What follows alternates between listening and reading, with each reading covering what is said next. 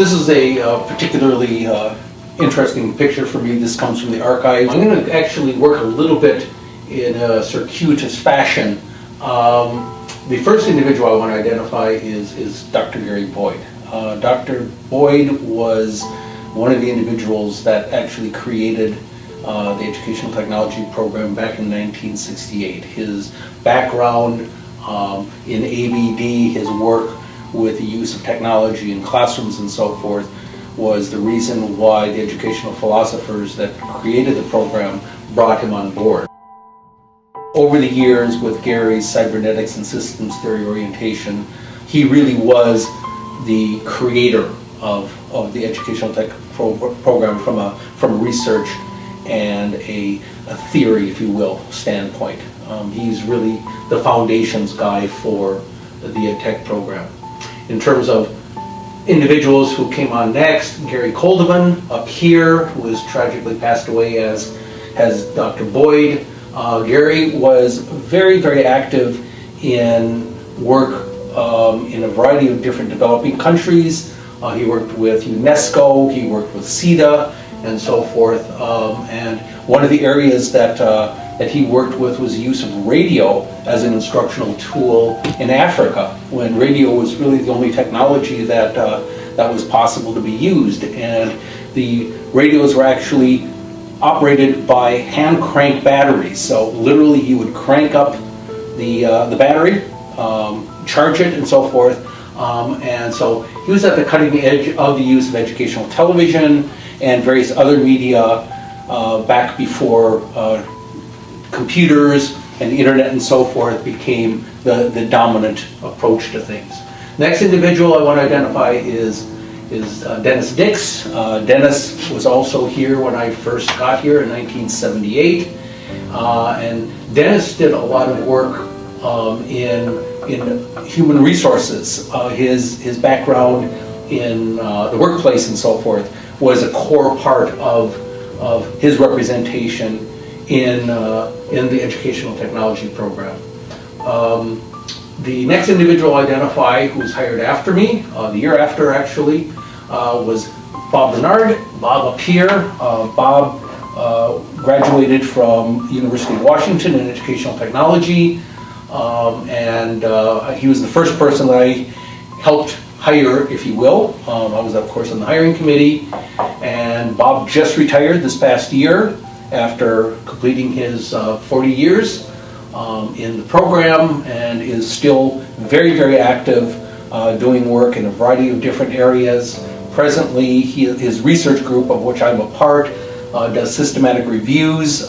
He's widely published in the field of educational technology in terms of distance education, in terms of technology integration. And as I say, even though he's fully retired, he's still very, very active. He still has grants, and so he continues to contribute to the field. And he's a great colleague. Well, they're all great colleagues, but Bob and I in particular have worked together. Phil Abrami. Phil Abrami was a faculty member at McGill, and Concordia managed to lure him away from our prestigious cousins. And Phil joined, in fact, the Educational Studies program when he first came here, but it became clear after the first few years that he was working here that his interest and his affiliation, particularly in educational psychology, was more akin to EdTech. The educational philosophers in educational studies used a very different research orientation than Phil.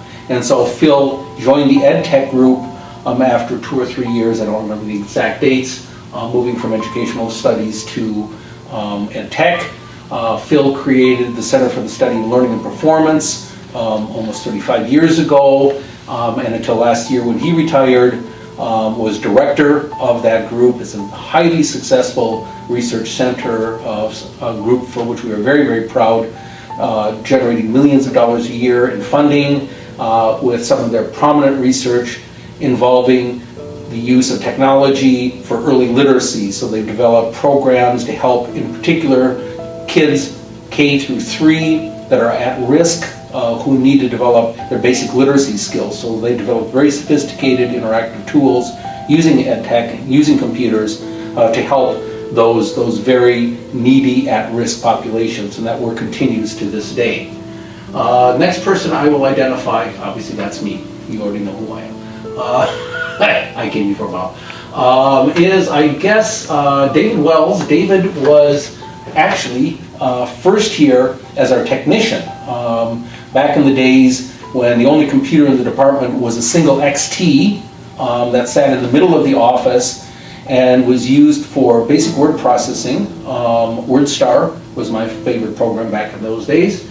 And we set it up to a printer, a daisy wheel printer, which had to go into a big box that had soundproofing in it because it was so noisy. People wouldn't be able to work when the printer was running. But that's back in the days when Selectrics were still the predominant form of making things written after writing and so forth. And so David started out that way. David subsequently became an ETA, an extended teacher within the EdTech program, and worked as one of our most stellar instructors, particularly in instructional design and human performance technology, also use of technology integrated into the classroom and so forth, use of television and so forth. And David was a very, very active proponent of that kind of use of technology in classrooms, in the workplace, and so forth. David is presently the director of IT at Marianopolis College. So he moved out of Concordia, but in fact he has hired as part of his team a number of the graduates of our program. And so our connections with David to this day are very, very strong. Interns go to work there and so forth. So that's worked out extraordinarily well, even though he left us for bigger and better things. Next person I'll mention is Mariella Tovar. Mariella was hired, I guess, a few years after Bob. Mariella worked also in instructional design and so forth, was with us for a number of years, and then decided to go into consulting, and I believe that she's worked with McGill University and so forth.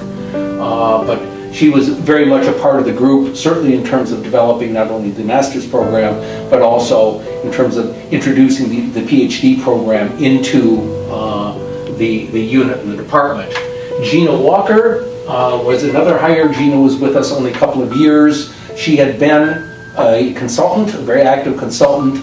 She decided to pursue her doctoral studies in our program, and so she completed her dissertation in the department, and we hired her, but for better or for worse, the work that she did, particularly with her colleagues and her husband in consulting, drew her attention away from the program, so she went back into industry and has been very, very successful with that since she left us. Last and certainly not least is Ann Brown. Now, Ann was here when I first got here in 1978.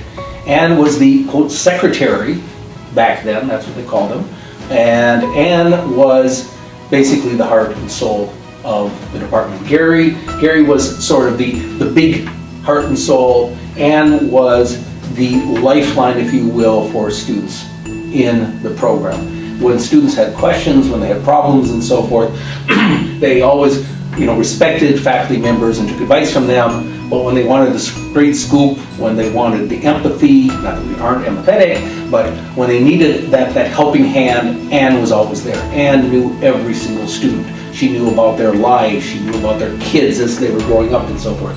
Now, Ann retired a few years ago as part of one of the programs that Concordia introduced in order to encourage people to retire, but for, I'm sure, 30 plus years, Ann, probably 35, maybe close to 40 now, Ann was a core to the EdTech program. So even though she wasn't a faculty member, she was the administrative assistant, but she was also the administrative assistant for the PhD program, the EdTech PhD program, and then the departmental PhD program.